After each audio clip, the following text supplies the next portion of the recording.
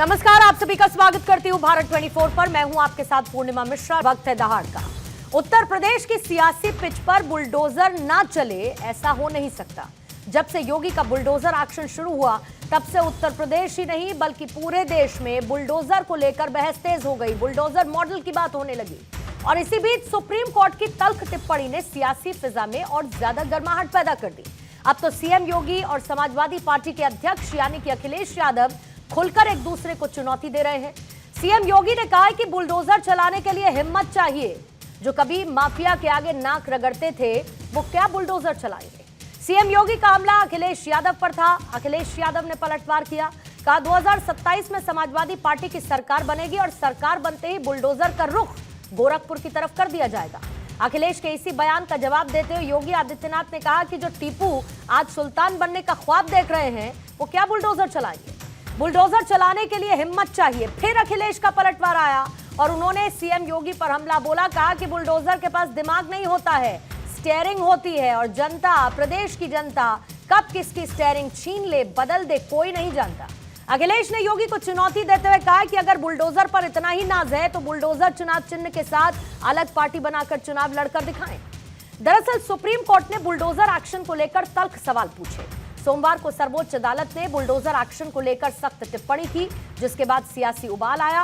हालांकि supreme court ने कहा कि अगर कोई दोषी भी है तो उसका घर नहीं गिराया जा सकता है।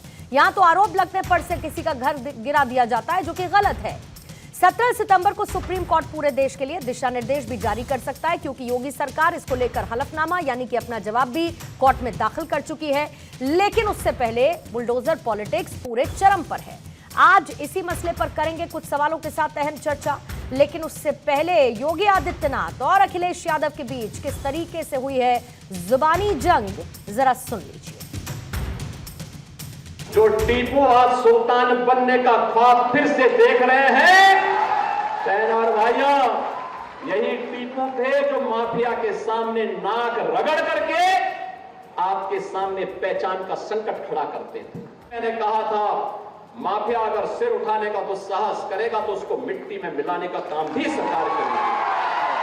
और बहनों और भाइयों, आज मैं आपसे कहने के लिए आया हूं, ये जो बड़ी बड़ी घोषणाएं कर रहे हैं, ये वही लोग हैं जिन माफियाओं के सामने आज कभी नाक रगड़ा करते थे, उनके सामने, दंगाइयों के सामने नाक रगड़ा करते थे। अरे बुलडोजर चलाने के लिए हिम्मत चाहिए, हिम्मत। ये दंगाइयों के सामने और माफियाओं के सामने नाक रगड़ने वाले बुलडोजर क्या चलाएंगे? बुलडोजर को देख करके इनको वैसे ही हार्ट अटैक हो जाएगा। जहां तक बुलडोजर का सवाल है, सोचो कैसा न्यायालय का बुलडोजर चला, क्या बुलडोजर नहीं चल सकता? और कल ही सुप्रीम कोर्ट ने कहा है कि बुलडोजर नहीं चल सकता है। तो क्या अभी तक जो बुलडोजर चल रहा था उसके लिए सरकार माफी मांगेगी कि नहीं मांगेगी? और जहां तक दिल और दिमाग, हमारे पत्रकार साथी, आपको सबको पता है, ये कोई पहली बार बात नहीं मैं कह रहा हूं और फिर कहता हूं, बुलडोजर में दिमाग नहीं होता है, स्टीयरिंग होता है उसमें। स्टीयरिंग से चलता है बुलडोजर। उत्तर प्रदेश की जनता कब किसका स्टीयरिंग बदल दे, या दिल्ली वाले कब किसका स्टीयरिंग बदल दें? बुलडोजर पे हर एक व्यक्ति के हाथ नहीं फिट हो सकते।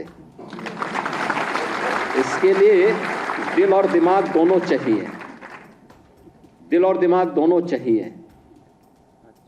बुलडोजर जैसी क्षमता और दृढ़ प्रतिज्ञा जिसमें हो, वही बुलडोजर चला सकता है। दंगाइयों के सामने नाक रगड़ने वाले लोग बुलडोजर के सामने वैसे ही पस्त हो जाएंगे।